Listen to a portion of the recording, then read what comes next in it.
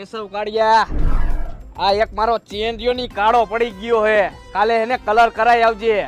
Okay પુષ્પાભાઈ.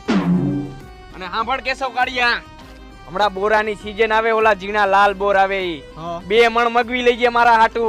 કાઈ વાંધો નહીં, મને બહુ ભાવે ઈ. હાલ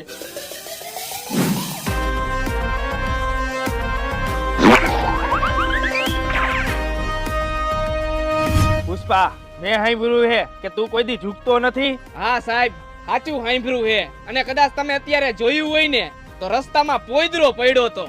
ઈ પીલાણો ને તોય પુષ્પાભાઈ જોઈકા નથી, એમને એમ ઢહીડીને સાફ કરી નાખ્યો હે.